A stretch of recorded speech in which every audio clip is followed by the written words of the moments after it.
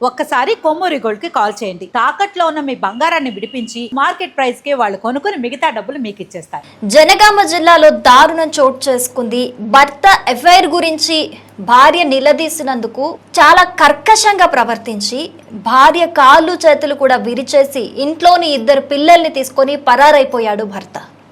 So అసలు ఏం జరిగింది అని అంటే జనగామ జిల్లాలోని ఓబుల కేశవపురం గ్రామంలో మనకి మహేందర్ రెడ్డి మాధవి అనే 2 దంపతులు ఉన్నారు. వాళ్ళకి 2 పిల్లలు ఉన్నారు. అయితే మహేందర్ రెడ్డి కొన్ని రోజులు కూడా ఒక ఎఫ్ఐఆర్ రన్ చేస్తూ ఉన్నాడు.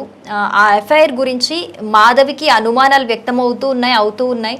తరచూ వీళ్ళకి దీని గురించి గొడవలు అవుతూ ఉండేవట. అయితే రీసెంట్గా మాధవి ఆ ఎఫ్ఐఆర్ కి సంబంధించి గట్టిగానే భర్తని మహేందర్ రెడ్డి నిలదీసేసరికి అది అస్సలు నచ్చని మహేందర్ రెడ్డి భార్యతోని గొడవపడి ఎంతో కర్కశంగా ఒక మృగంలా ప్రవర్తించి బ్యాట్ దొరికితే బ్యాట్, సుత్తి దొరికితే సుత్తి, కట్టె దొరికితే కట్టె, ఏది దొరికితే అది దాంతోని ఆమెపై దాడి చేసి అతి కిరాతకంగా కాళ్ళు చేతులు కూడా విరిచేసి ఆమెని చాలా హింసించి లిటరల్లీ అసలు చంపడం ఒకటే తక్కువైంది. అక్కడ అంత దాడి చేసి గొడవ పెట్టుకొని అక్కడి నుంచి పిల్లల్ని తీసుకొని పారిపోయాడట.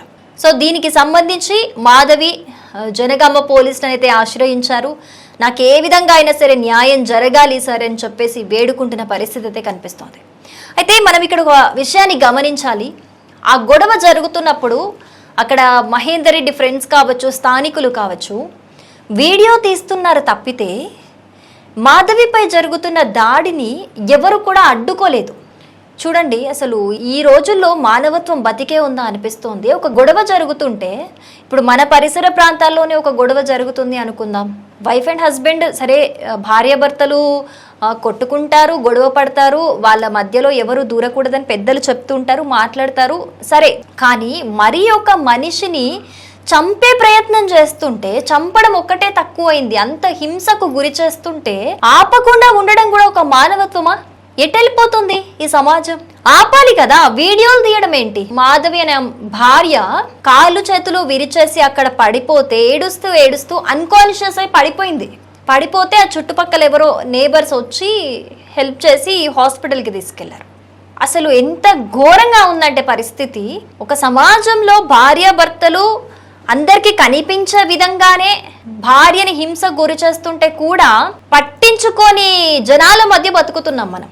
అంటే కళ్ళ ముందే ప్రాణం పోతున్నా వీడియోలు తీస్తారు తప్పితే ఎవరు కూడా చేరదీసి అడ్డుకునే ప్రయత్నం అయితే చెయ్యరు. ఇక్కడ ఇంకొక ప్రశ్న ఉత్పన్నమవుతుంది. అదేంటంటే 2 పిల్లల్ని తీసుకొని మహేందర్ రెడ్డి పరారయ్యాడు.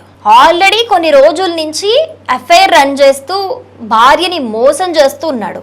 ఇలాంటి ఒక మోసగాడు ప్రశ్నించినందుకు భార్యనే చంపాలనుకునే ఒక రాక్షసుడు 2 పిల్లల్ని తీసుకొని పరారయ్యాడంటే అసలు ఆ పిల్లల పరిస్థితి ఏంటి? భార్యతో ఇలా ప్రవర్తించాడంటే పిల్లల్ని ఏ విధంగా చూసుకోగలుగుతాడు? రేపు పిల్లల పరిస్థితి ఏంటి? ఏ విధంగా పిల్లలు ఆ మహేందర్ దగ్గర సురక్షితంగా ఉండగలుగుతారు?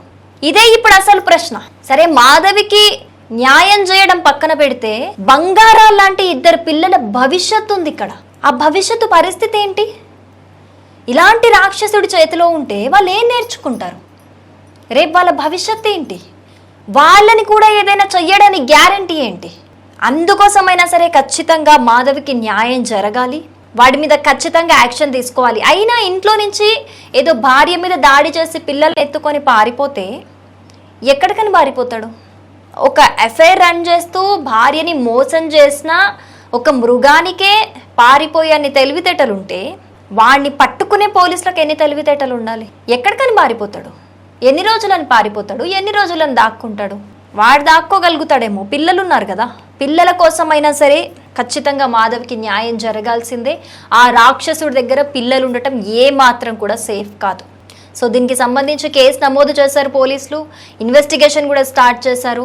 త్వరితగతిన దీన్ని సాల్వ్ చేస్తాం, వాడిని పట్టుకొస్తామని కూడా చెప్తూ ఉన్నారు. ఏదేమైనా సరే ఖచ్చితంగా మాధవికి న్యాయం జరగాలి. ఆ పిల్లల భవిష్యత్తు కూడా బాగుండాలని మనమందరం కూడా కోరుకుందాం.